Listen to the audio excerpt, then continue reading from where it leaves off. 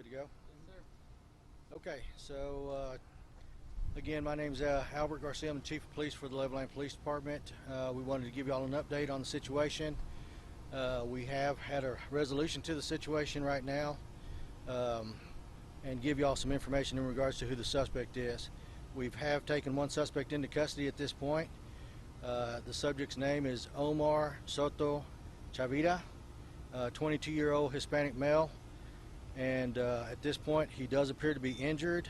He's being transported by Covenant EMS to one of the hospitals in Lubbock, where he'll be treated for his injuries.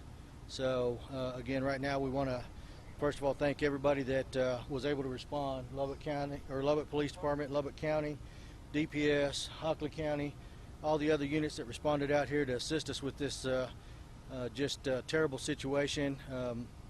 I can't thank them enough, but again, we want to make sure that our general public and everyone else out there continues to keep our officers in prayer, keep our fallen officer, his family, and his children in prayer while they go through this tragic time.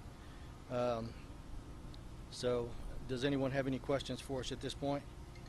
Do you have any update on the conditions of the officers, since we last spoke? So Sergeant Wilson has already gone through surgery where they were able to remove the bullet and the bullet fragments.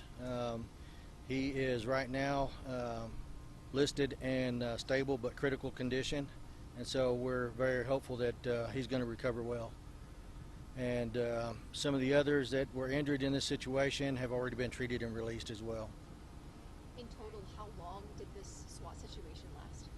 So we responded to the original call at just after 1 o'clock this afternoon, and so it's just now been resolved at about 11:30 is when we finally took the suspect into custody. And in your career here, have you ever seen anything like this before? You know, in my career, it's almost been 30 years in my career, and I've been through some pretty treacherous type situations before in the past, but never have I lost anybody, or never have I been the chief of police where I've had a member of my team be injured as severely as they have been today. And I have not lost anyone in the line of duty, but my heart goes out to the Lubbock County Sheriff's Office for their loss, and obviously for the family. And again, I just want to make sure that they continue to pray for him and pray for his family for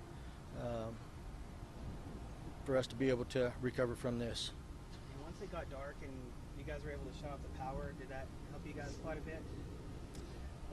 You know, we still had a lot of different type of tactics that we were using at that particular time. The Sheriff's Office was doing a fantastic job. The Police Department was doing a fantastic job. They used all their resources, their robots, things like that, to make entry so that it was a safer environment for all of the officers that were there. That's when we were able to locate them in their residence, and were able to take them into custody at that point. Any other questions? You have anything for the sheriff or for the chief?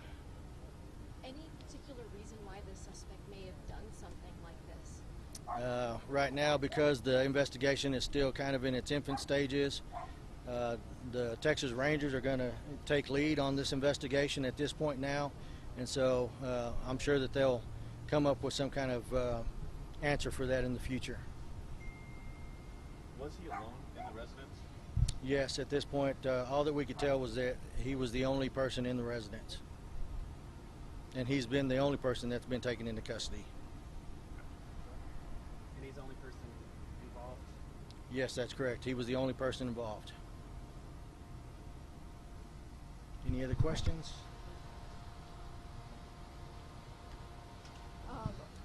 One other question is, could you elaborate more on how you guys got the suspect out of the house?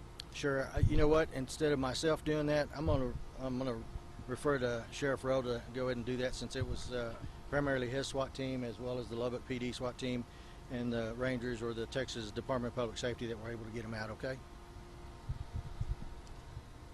Just real quick, we were able to, between the Lubbock Police Department and the Sheriff's Office, deploy our robots. We were able to get one into the residence structure, located him in a bathroom. Ultimately, he was responding to verbal conversations with negotiators, but was not following any directions. We deployed additional gas, chemical agents into it, and that prompted him to move to one of the exterior portions of the house where we had opened it up earlier in the day, and he ultimately surrendered over. So. When you say you opened up some of the exterior portions of the house, what does that mean exactly? We opened up to because. Sorry. Oh, don't worry about me. Sorry. We actually opened up areas of the front and the back of the mobile home to give us a better position to be able to see and potentially respond to the shooter if he made himself visible. Any others? Thanks, everybody. We're going to go take care of the families now of everybody that was involved and start to get past this situation tonight. So thank you all. I'm so sorry. Can we ask one more question if it's not too late? Our newsroom wants to know, what will he be charged with at this point? Do y'all have an idea? Rangers, the Rangers will go through it, and they'll actually end up ultimately filing all the charges. They'll work with the district attorney's office. At this point in time, obviously, we're looking at potential for capital murder and attempted capital murder, and any other particular things they may discover throughout the rest of the course of the investigation once they have all of their details in order. Okay. Thank you, guys. Thanks so much.